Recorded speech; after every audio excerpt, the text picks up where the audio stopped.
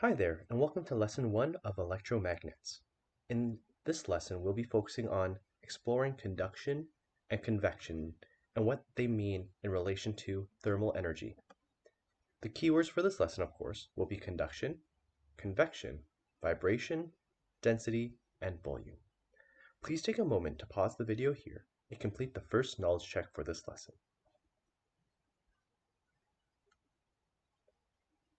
Alright, now that you're finished, let's take it up. Question 1. List two phrases that describe particles in a solid. Particles in a solid are typically vibrating in place, as well as they are very tightly packed. 2. List two phrases that describe the particles in a liquid. In a liquid, the particles are tightly packed just like in a solid, however, they're able to flow and take the shape of their container. Question 3. List two phrases that describe particles in a gas. They are loosely packed, so they are very spread out, and they're able to, again, flow and take the shape of their container. The first three questions of this knowledge check have been touched upon in Year 7, as well as any lesson in which we describe the states of matter. 4. What state has particles that vibrate but cannot change positions? The state of matter in which cannot change positions is a solid. Which state has the strongest bonds between the particles? This again is a solid, as they cannot change positions, they are stuck rigidly together. What state has particles that vibrate and can change positions? If they're vibrating as well as able to flow or change their positions, they are a liquid. 7. Identify the unit of thermal energy. As we recall, all energy sources have the same unit. In this case, it is joules. We use the symbol of a capital J. 8. Internal energy is the sum of what two energy stores? The internal energy of matter is the sum of the amount of kinetic energy as well as thermal energy in the particles itself. Please take a moment here to green pen in any of the answers that you need to correct. The overview of this lesson will help us describe heat transfer in solids as well as the heat transfer in fluids. For fluids, we're going to refer to both liquids and gas. And when we talk about heat transfer, we're specifically talking about the transfer of thermal energy. Heat, as we know, is a measure of the amount of energy in the thermal store of matter. The unit of energy, of course, is the joule. Temperature, however, is a measure of the average energy in the kinetic store of the particles in the material. Temperature is measured in degrees Celsius or degrees Kelvin. Heat will always flow from hot or a high temperature to cold or a low temperature. So please recall the particle theory of matter. All particles are constantly moving, even in solids. When they're found in solids, they are vibrating in place, but they are still moving regardless. The more they move, the higher the temperature. We can relate this to the particle model now. As we know that in solids the particles are arranged in neat rows close together and can vibrate. When the particles increase their thermal store, they ultimately vibrate more. Because the particles are close together, when one vibrates, it causes the one next to it to vibrate and the next one after that. And this is called conduction. The bonds between particles in different materials can be weaker or stronger, and therefore the heat can conduct at different rates depending on how hard it is for the particles to vibrate. As the particles begin to vibrate more and more, the bonds begin to weaken, and that's where we see solids turning into liquids. When the particles are still stuck together, but they're moving so vigorously that they break their solid structure and turn into a liquid. So please take a moment. We're going to observe a demonstration through YouTube. I've attached the link to this description section below. However, we're going to watch it now as well.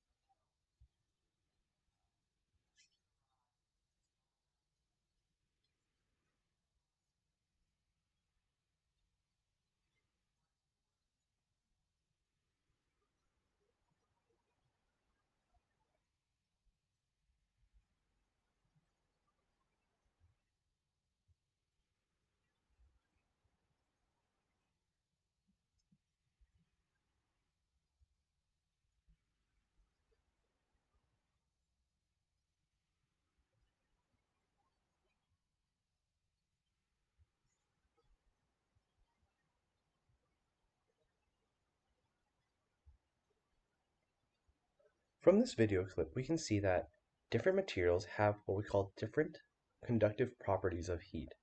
So as, again, the bonds between particles in different materials can be weaker or stronger, given the type of material or metal, some will be better at conducting heat and can pick up that thermal energy quicker, whereas some will have to take a little bit more time.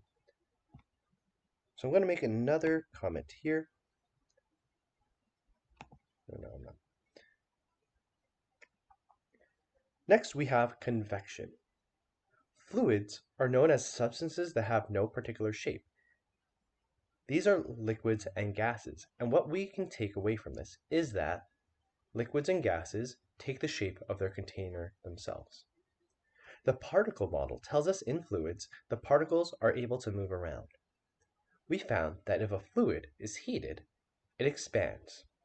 This means it has a greater volume and takes up more space. Think about a bike tire in the winter compared to a bike tire in the summer.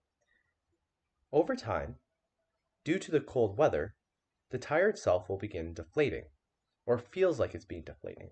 However, the truth is, the air inside of the tire itself is becoming more and more dense.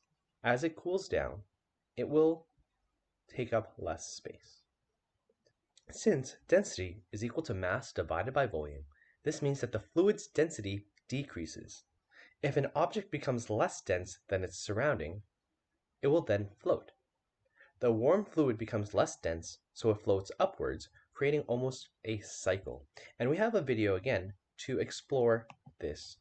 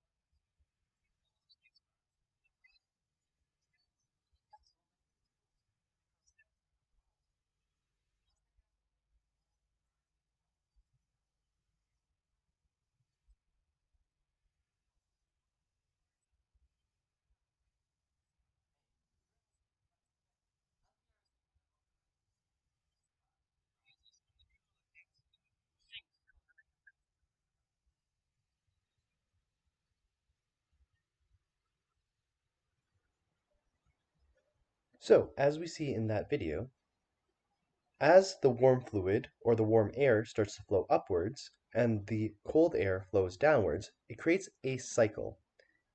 As the cold air gets closer to the heat source, it begins to heat up itself, then rising, while the old hot air at the top starts to cool down as it's further away from the source and sinks back down. So I've made a note here about density. Density refers to how close together the particles are. When something is heated, the particles move more, making them less packed or less dense. We can visualize the density equation here. Density is equal to mass over volume. And we can rearrange this equation, in which we will later in this lesson, to change the focus of what we're trying to solve for.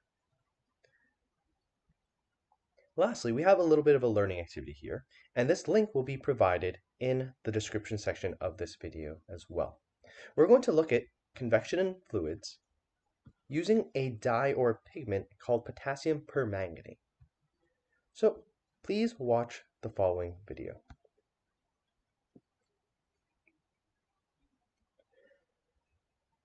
First, we add the potassium permanganate, in which it starts to dye the water. As it sinks to the bottom, we can see that it starts to spread out and diffuse into the water. As we create a heat source at the bottom, it begins heating the lowest layer of the water mixed with potassium. It is here in which we start to see convection. Some of our potassium dye is rising to the top, in which it will start to fall down again once it gets to the top.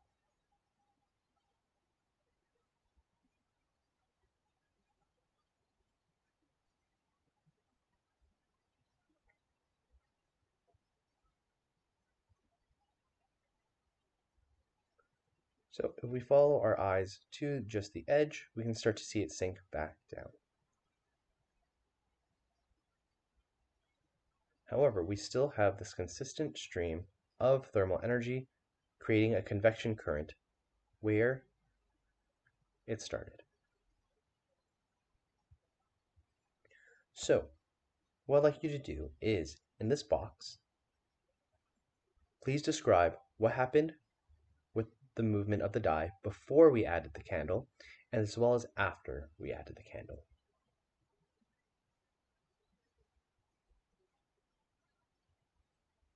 We have one more learning activity in which I'll show you one last video, and we're going to add water to a balloon.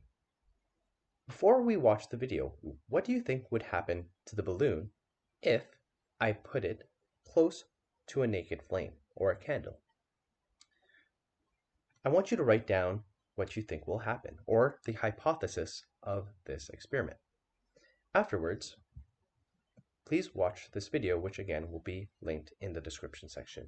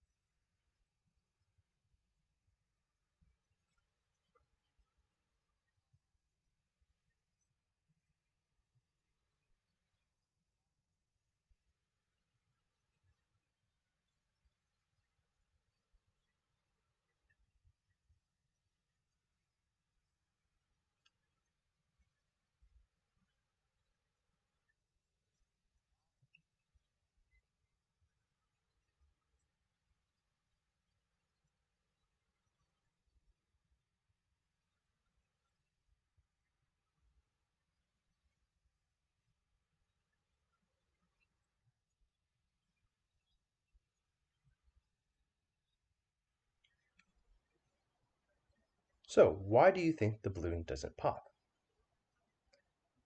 The actual answer is the water itself is able to take in that thermal energy through both conduction and convection, as the thermal energy is not spread out to just the rubber of the balloon, and now it's also spread through the water itself.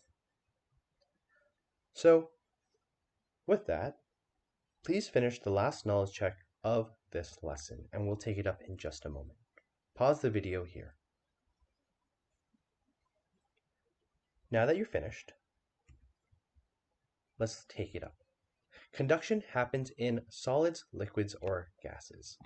Conduction itself only happens in solids.